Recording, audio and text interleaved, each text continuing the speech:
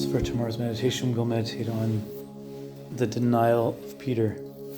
The Catechism says in number 1851, "It is precisely in the Passion, when the mercy of Christ is about to vanquish it, that sin most clearly manifests its violence and its many forms. Unbelief, murderous hatred, shunning and mockery by the leaders and the people, Pilate's cowardice and the cruelty of the soldiers, Judas' betrayal, so bitter to Jesus, Peter's denial and the disciples' flight. Those are all expressions of sin most clearly manifesting its violence and its many forms. However, at the hour of darkness, the hour of the prince of this world, the sacrifice of Christ secretly becomes the source from which the forgiveness of our sins will pour forth inexhaustibly." 1851 of the Catechism. Our source is going to be Matthew 26, verses 69 to 75. "Meanwhile, Peter was sitting out in the courtyard, and a servant girl came up to him. 'You also were with Jesus the Galilean,' she said. But he denied it before them all. 'I do not know what you are talking about.' When Peter had gone out to the gateway, another servant girl saw him and said to the people there, 'This man was with Jesus of Nazareth.' And again he denied it with an oath, 'I do not know the man.' After a little while, those standing nearby came up to Peter. 'Surely you are one of them,' they said, 'for your accent gives you away.' At that he began to curse and swear to them, 'I do not know the man.' And immediately a rooster crowed. Then Peter remembered the word that Jesus had spoken, 'Before the rooster crows, you will deny me 3 times.' And he went outside and wept bitterly."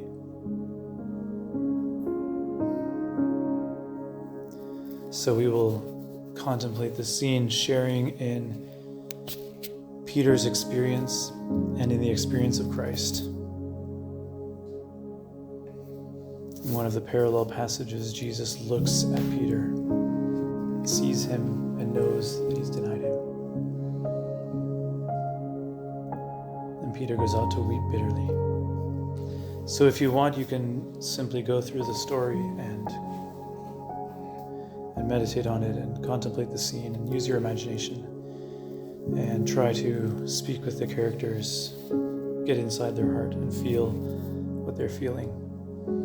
But I would suggest one method of doing this meditation would be maybe after Peter has already denied Christ, to imagine yourself going to where he is outside and sitting down beside him while he's weeping and speaking to him and having a conversation with him and seeing what goes through his mind. All of the memories that he has. He remembers the time that he was just getting to know Jesus through his brother Andrew, how stubborn he was, how he didn't want to accept it. And now he says, "I've been so stubborn still. I didn't want to accept that Jesus warned me that I would deny him. I didn't want to accept the cross. Stubbornness is my downfall." He's tempted to think that there's no way back from this. There's no way I can make up for this. Maybe he remembers the day that he was called, that day on the beach, that day when he was sitting by his boat, mending his nets, when Jesus got in the boat. Maybe he remembers the night before, how he had caught nothing. Maybe he realizes that at that moment he had already learned this lesson, that I can do nothing without Christ, and with him I can do everything. And now here I am, totally without you, by my own doing. Because you're going to die I was afraid to say that I was your friend.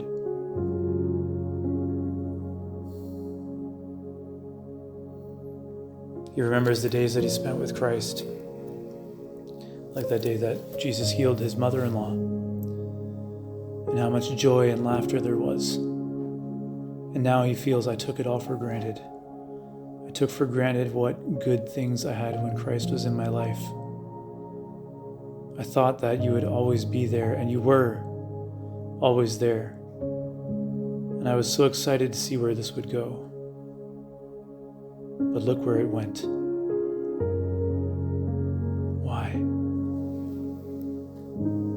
Maybe he remembers the calming of the storm, how incredible it was, how there was such a change from one moment to the next.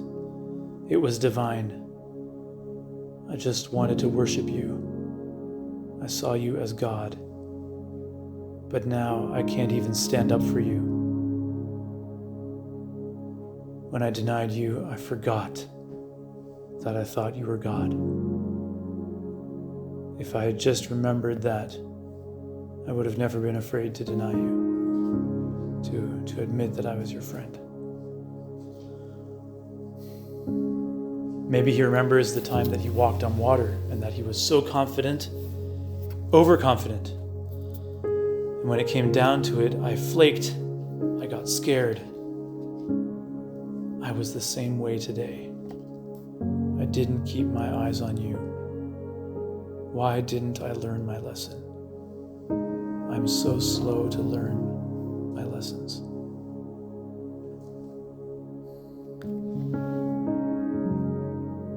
He remembers when he told Jesus not to talk about his death. That's right. There was a day when I thought that I could stop you from thinking this was going to happen. And you rebuked me. You called me Satan. And now, sure enough, it's happening exactly the way you said.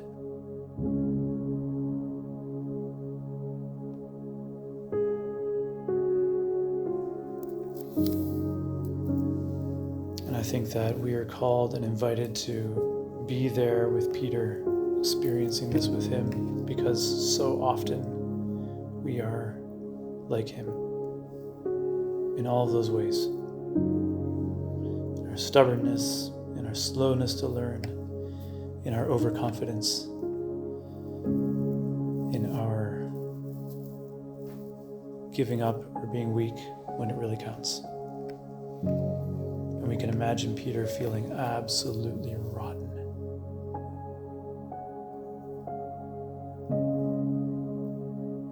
What a journey into the Passion to experience it with Peter, who was Jesus' chosen one, his best friend.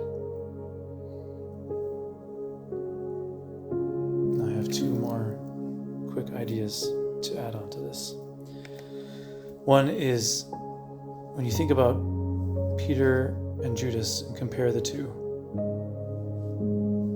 Peter denied Christ because he was trying to stay with him, and people were going to notice for sure that he was with Christ. But Judas avoided having that problem by giving in and being the one to betray him. It's harder to face accusations when you're with Christ than to just cop out of it, to be the one to turn him in, and to not have to have anyone accusing you. So maybe in a way Judas was escaping that. Maybe it was out of fear, seeing that they were going to come for Christ anyways, knowing that coming for Christ meant coming for his followers, that Judas decided to leave and betray him and take the side of the enemies. But Peter, by choosing to want to be with Christ, and even though he was overconfident in all his promises, I'll never leave you,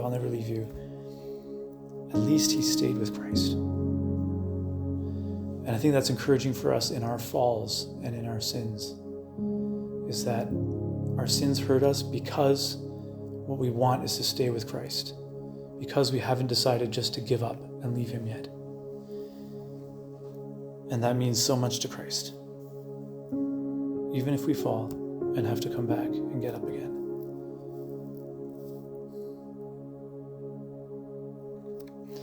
And then the other last idea is that we talked about how Christ wants us to suffer with him, and he wants us to accompany him in suffering. I think that if we want to really do that, then we have to rise to his level of suffering.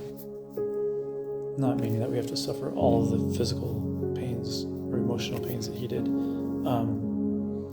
but in the sense that he suffers with a noble heart. He suffers forgiving those who are hurting him. He suffers truly embracing the suffering with love. So we've got lots of pains and lots of sufferings that we have opportunities to offer up. And they're all opportunities to suffer with Christ and to be beside him in his cross, in his passion. But if we're going to do that, then we've got to embrace them too, with love. We've got to accept the pain caused by others, the suffering caused by others, with forgiveness in our hearts toward them, the way Christ does. Imagine being there beside him forgiving his persecutors, and me still holding grudges, or still bitter or angry. I've got to look at his way of suffering if I'm going to suffer with him, and imitate it and learn from it. So we'll spend a few more minutes. We'll just go on to having benediction now, actually.